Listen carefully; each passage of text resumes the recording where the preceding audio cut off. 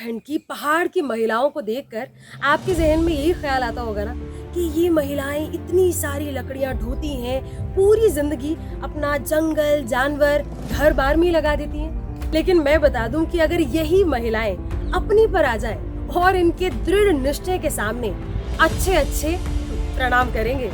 ऐसा ही किस्सा रैणी गांव में 25 मार्च 1974 में हुआ, जो दुनिया के सबसे बड़े मूवमेंट में से एक था।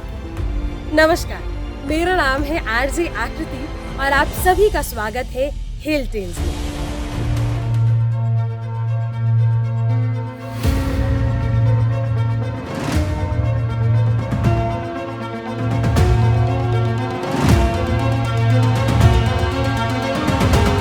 बात है 38 साल पुरानी, जब लोगों की आस्था जुड़ी हुई थी जंगलों से। तब उभरी एक ऐसी वीरांगना जिन्होंने इतिहास बदल दिया। 26 मार्च 1974 को गौरा देवी ने कुल 27 महिलाओं को इकट्ठा किया और पेड़ों को बचाने के लिए एक खास मुहिम शुरू की। वन अधिकारियों को संबोधित किया, भाइयों, ये जंगल हमारी आजीविका का स्रोत है। यदि आप इसे नष्ट कर देंगे तो पहाड़ हमारे गांव पर गिर जाएगा।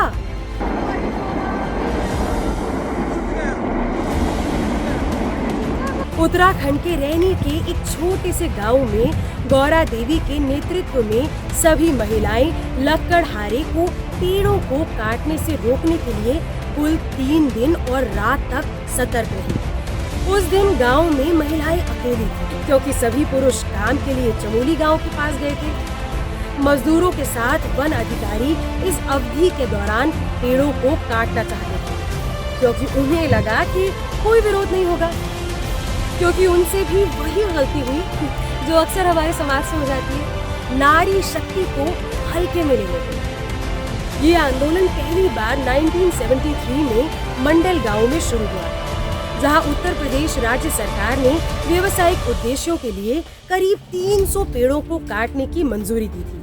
आगे जाकर ये रैणी गांव तक पहुंचा। गौरा देवी ने उनके सामने खड़े होकर कहा, हम पेड़ों को गले लगा रहे हैं और अगर आपको पेड़ों को काटना है तो पहले आपको कुल्हाड़ी हम पर मारनी पड़ेगी। अधिकारी और मजदूरों को झुकना पड़ा और ये आंदोलन चिपको आंदोलन के नाम से देश भर में, इनफैक्ट पूरी दुनिया भर में मशहूर हुआ।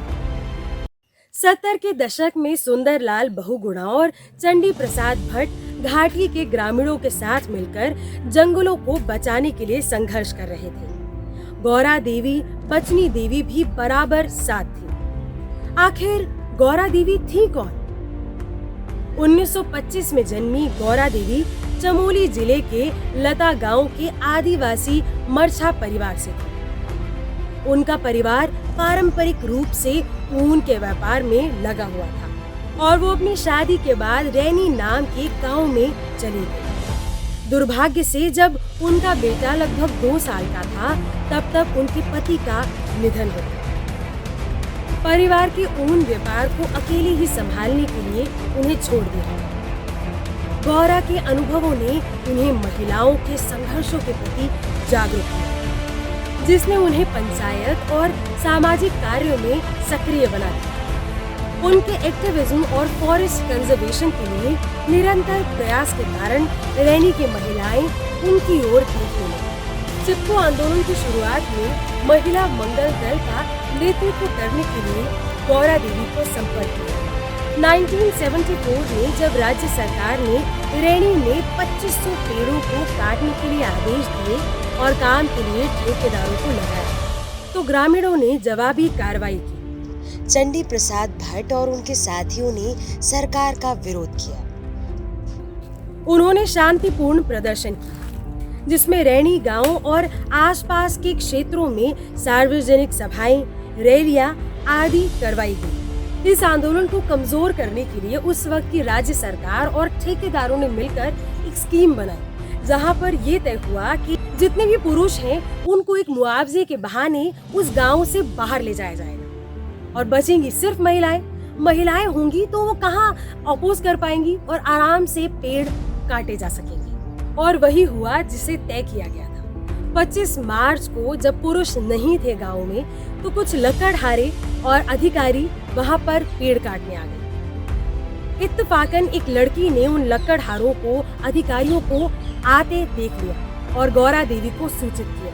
गौरा देवी ने मोर्चा संभालते हुए जल्दी से 27 महिलाओं के एक समूह को संगठित किया और पेड़ काटने आ रहे पुरुषों का सामना किया। अधिकारी बंदूकों से पहाड़ की इन महिलाओं को डराना चाहते थे, लेकिन उन्हें कहाँ पता था कि वो सिर्फ महिलाएं नहीं, शेरनी हैं और पेड़ों को बचाने के लिए किसी भी हद तक जाने को तैयार है। गौरा देवी और 27 वो महिलाएं पेड़ों से चिपकी रही, लेकिन उन ठेकेदारों को, उन लकड़हारों को पेड़ों को हाथ तक नहीं लगा। अपनी जान दांव पे लगा दी, लेकिन फिर भी उन लकड़हारों को आगे तक नहीं बढ़े। जज्बे ने अधिकारियों को हिला कर रख दिया, जिन्होंने लौटने का फैसला किया, जबकि महिलाओं ने सतर्कता से पेड़ों की रक्षा के लिए आधी रात तक दिया जलाकर रखा और वहीं डटी रही। जब रास्ते में रैनी गांव के पुरुषों को सूचना मिली तो वो तुरंत गांव की ओर भागे। जब पुरुष गांव वापस आए तो उन्होंने देखा वो सारी 27 महिलाएं निडरता से, धैर्य के साथ पेड़ों से चिपकी हुई थी। ये देखकर वो चौंक गए। चिपको ने पूरे देश और दुनिया को हिला कर रख दिया। दुनिया ने गौरा देवी जैसे शक्ति को पहचाना और भारत सरकार ने जंगल काटने पर पाबंदी लगा दी।